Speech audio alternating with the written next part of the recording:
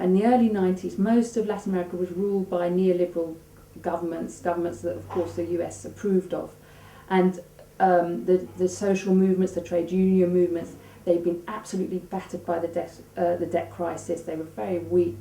And basically, the powers that be in the United States didn't think there was very much to worry about. And then slowly you began to see moments of protest. In 1994, you saw the Zapatistas suddenly emerge and protest against the North American Free Trade Agreement. You saw protests against privatization in Bolivia. You saw the landless movement in Brazil. So bit by bit, there was this sort of crescendo of protest in Latin America, but still the United States was concentrating on Iraq, Afghanistan, and wasn't really taking notice of the groundswell of opposition to neoliberalism in Latin America. And then you started getting left-wing governments being elected, but slowly, first you had Chile, an actual socialist rather than a Christian Democrat, Venezuela, then you've got Brazil, Lula, a factory worker being elected, and suddenly, without the US really taking notice, almost the whole continent was governed by left-wing presidents. And then they really began to have to take notice, because those left-wing governments, particularly those in the so-called ALBA, Chavez in Venezuela, Evo Morales in Bolivia, Correa in Ecuador, Ortega in Nicaragua, really decided to sort of set themselves up as an alternative power and to set up an alternative alliance in opposition to the US idea of the free trade agreement of the Americas, which the left in Latin America said would only benefit large corporations.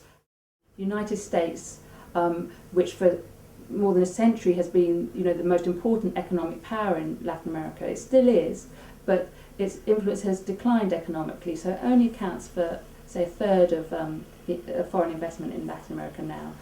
So for most countries, certainly in South America, economically they're much more diversified. They send exports to Europe and to Asia and so on.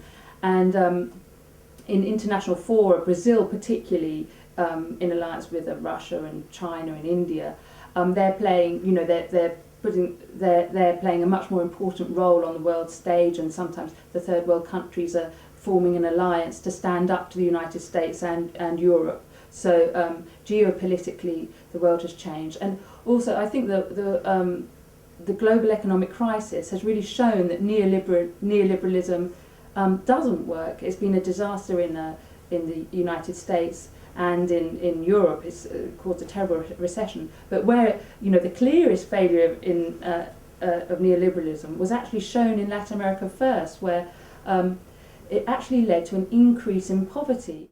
I mean, in some countries, the change was incredible. In Argentina, which used to be thought of as a first world country in Latin America, suddenly 40% of the population were living and working in the informal sector.